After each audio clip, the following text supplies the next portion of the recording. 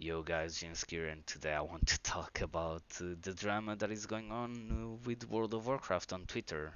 So, if you don't know, zeepeye and Looney got banned. Looney was banned already from competition. His account got perma-banned, and zeepeye got banned for coaching. And his account is banned, and he can't compete, and everyone is losing their shit. But before I start to talk about that, I want to talk a little bit about the history of World of Warcraft esports because I think it's important for you guys to know what happened before and why is WoW esports so bad. And you're gonna see, I'm only really talking about TBC and RAT, which was the start of esports and kind of the end of esports. Not gonna lie, guys, but yeah. I'm like that uncle or that grandpa that just says back in my day, but yeah, guys, I think it's important. So, WoW esports started in TBC. Like the moment arenas were introduced, you had tournaments pretty much rolling, and the first tournament or the most known tournaments were ESL back in Europe, here in Europe, right? With Matt, which casted a BlizzCon, and VHL, which you probably guys know, which casted MLGs, I think, and BlizzCons. So those guys were casting some ESL tournaments. Um, I think VHL was on ESL. I'm pretty sure it was, but I'm not sure now. Um, those guys started to cast some tournaments back in TBC, and the WoW scene exploded. WoW was in esports was starting. It was an amazing day. Like, and I'm gonna talk also before I start about the current design and about the previous design and why the previous was better for viewership. But yeah, so WoW scene exploded. All of a sudden, you have these amazing players just on your screen. You're just watching them play. You're watching them make plays, and it's amazing, right? So TBC starts, a lot of tournaments start. ESL makes a lot of tournaments for the time, obviously. Like it's not as many as you have now, I would say, but you have some tournaments. And the WoW scene starts to explode, and Wrath of the Lich King comes. And in Wrath of the Lich King, MLG started to do some WoW tournaments as well, which were the first tournaments for many players that you probably know, like Rekfall, Van Rookie, um, Sidiou, and a lot of old World of Warcraft players. Those were the first tournaments. Snuts, for example, those were the first tournaments that they played in. And the WoW scene exploded even more. And MLG was actually, in World of Warcraft terms, was actually having a lot of viewers compared to Halo, compared to all these other games that they were streaming as well. World of Warcraft was being successful in it. But mid Wrath of the Lich King, and this was the time for Blizzard to actually act on it, right? To actually make a move that kept World of Warcraft growing in the esports, but they didn't. And by the end of Wrath of the Lich King, something happened. So, okay, something happened. And what happened was, if you guys don't know, before I start, if you guys don't know, in MLG you would play with the last season's gear, which meant that in season 6 you would be playing with season 5 gear, and this was to kind of prevent the super fast paced meta that was going on live, to kind of prevent the one shots and all of that. But this created a whole new problem, which was by the end of Wrath of the Lich King, like season 7, season 8, you had a lot of Wizard Cliff teams, right? Double caster healer. And if you guys saw my last video, you already know what I'm gonna say, which is the game started to be really long, like insanely long, like the longest games World of Warcraft has ever seen. You would have teams having games of 30 to 40 minutes, having teams to actually go into draws, and the WoW esports started to die because no one was watching a 40-minute game. You don't have time for that, right? Like no one to in today's day and age, no one even sees a 10-minute game. You just AFK. You just AFK. And back then it was the same. So WoW as an esport started to have some problems, and Blizzard didn't fix those problems, and they kind of closed their eyes to the problem, which was the amount of healing people had back in the day. But yeah, they didn't really care about those problems, and they didn't fix it. And this is the when World of Warcraft esports starts to kind of die off. At the same time, though, happens streaming, and with Xfire, then Justin TV, and then Twitch.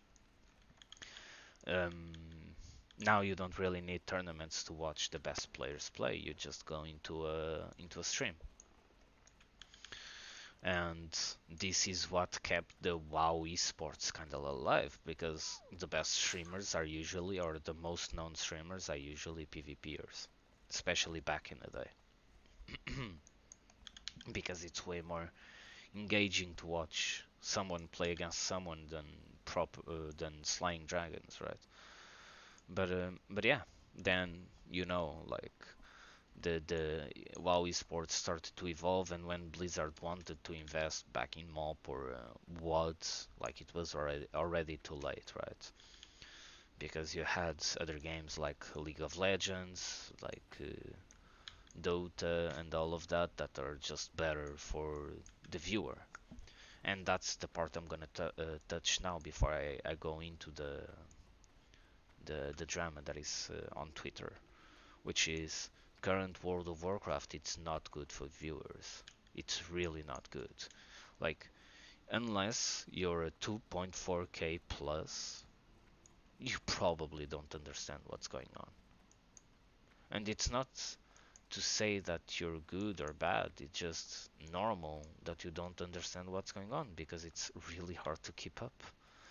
You have so many cooldowns at the moment, and this is why TBC and Rat are way better games overall. You have so many cooldowns to keep up,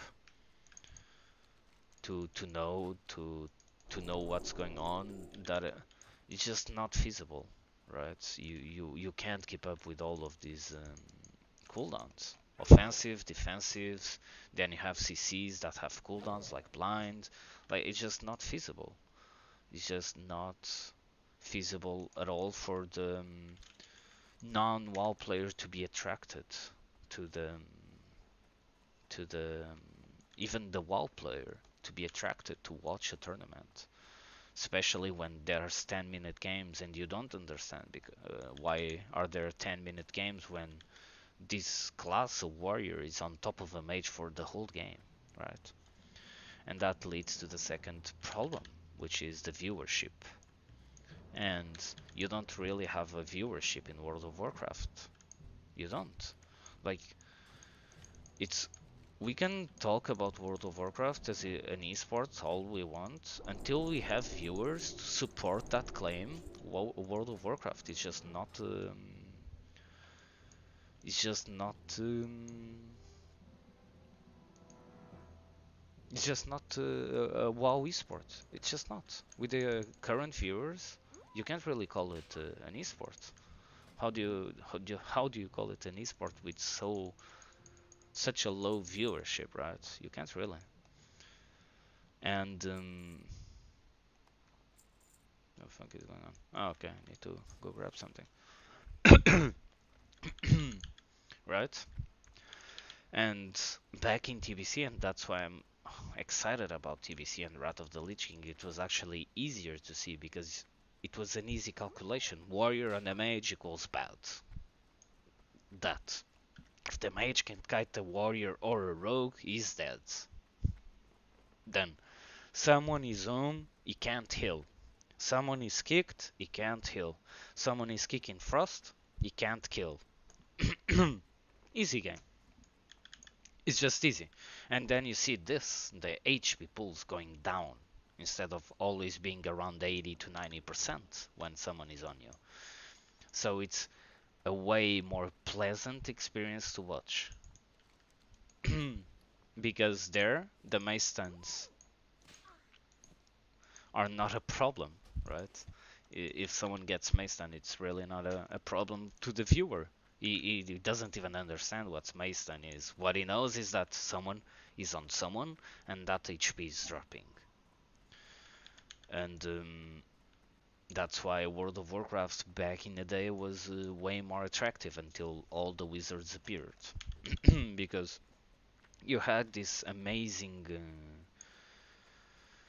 ecosystem where you had pressure, constant pressure, then you had counter pressure on the constant pressure with goes like RMPs. But yeah, guys, that's it in terms of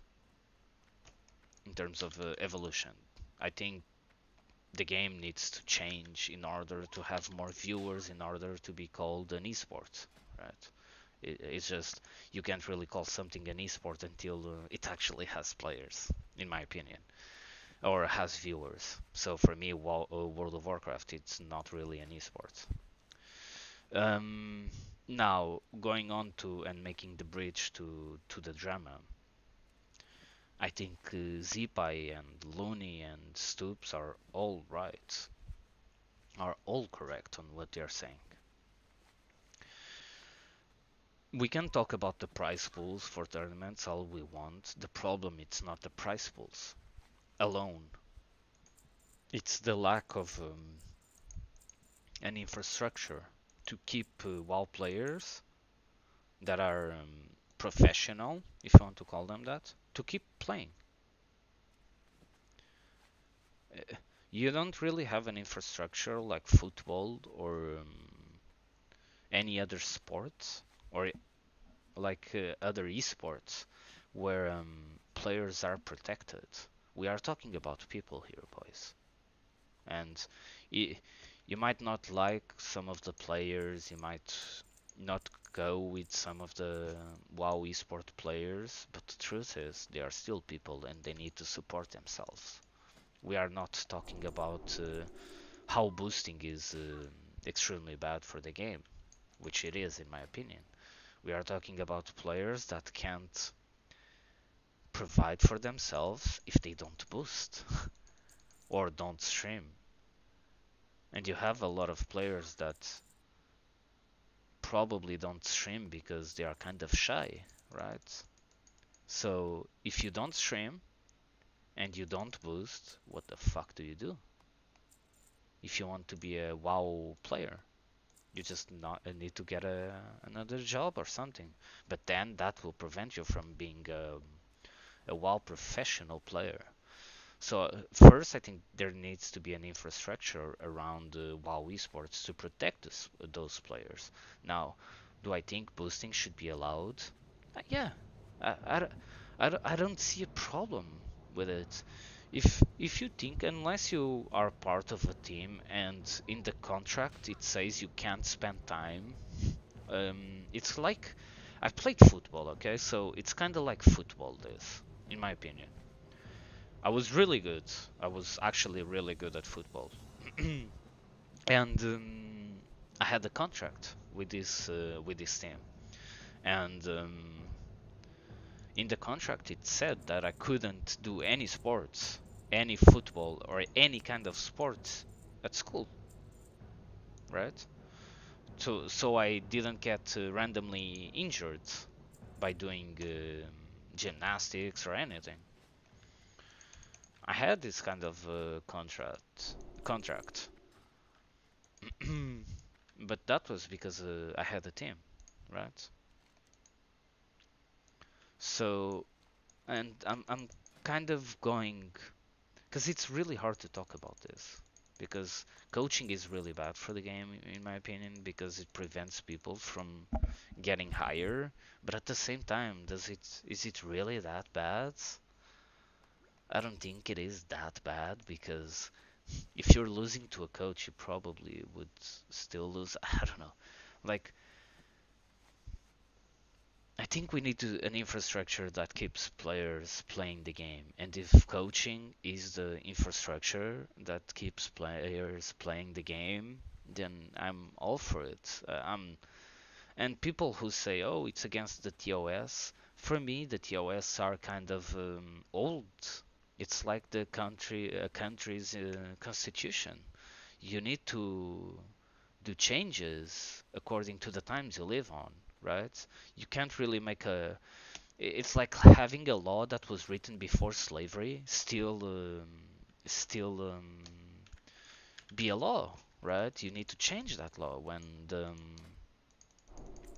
the times change, and it feels like we are still having a law from in TOS from years and years ago that doesn't really make sense right now. And seems like Blizzard is holding on to that a law extremely hard and doesn't want to go off when the game change, when the gaming scene change, like everyone coaches. Unless it's piloting, which is why I got banned back in TBC, unless it's piloting, I don't see any problem. People are paying for a service. Does it need to be gold? Nah. If they want to spend 20, 40, 50 or more, it's 50 more, 100 euros for a boost or for a coach, let them have it, right? I don't. It's more money going into your game. Like that player will play your game more time, right? Because he's getting better, he's getting an achievement. I really don't see a problem. And if you don't want coaching in your game or boosting in your game, then you need to give these players an alternative, right? You can't really keep them from getting money. Like, they are also paying for the game, so it's a kind of an investment. They pay 15 bucks a month to play your game to get a lot more, hopefully. But I don't see the problem. I really don't see the problem with the boosting and why are people. I really don't see. I think honestly, I just think TOS needs to be revised in terms of a lot of stuff, the TOS terms, because we are not in 2004 again. They might have revised one or two parts, but I think they really need to give a look into it, their lawyers or something. Because if you remove boosting and coaching, then players need to rely on their streams, right? And the stream, it's not really connected to World of Warcraft, right? Even though it is kind of connected because you want to see those players because they play World of Warcraft, right? But it's not really connected. It can happen like it happened to Asmongold, where they just start streaming other games. And do you really want that as a company? I think overall Blizzard just needs to make a really good infrastructure with the good prize pools, more tournaments, and they need to invest in class design for those tournaments. We shouldn't have tournaments where a game is 10 minutes long, not because the players did something to get into those 10 minutes, but because the game itself just kind of goes into those long dampening games by default, right? And if you we want a broader audience, we need to bring back some of these players, and banning them and preventing them from playing the game. It's not the answer, in my opinion. I think it will just make AWC way less enjoyable to watch overall because you won't have the best players. Like you already don't have the best players because Looney, Raikou, and Chaz are like all banned. I don't know. I think my idea here is okay, I don't like boosting and I don't like coaching, but I don't mind them if it means that these players can keep playing and can keep going into World of Warcraft tournaments. Okay? Because they are only going to World of Warcraft tournaments to get clout, right? To get exposure for them to then boost um, someone or stream the World of Warcraft tournaments itself themselves don't really give any money to these players. They are only going to those tournaments to get exposure. So then they win, they gain money from doing other stuff, right? And that is the problem, in my opinion. Like they should be able to get some money from World of Warcraft tournaments. But hey guys, I'm really sad. This is actually a sad day because I hope TBC fixes this. I really do. I hope TBC brings a wider audience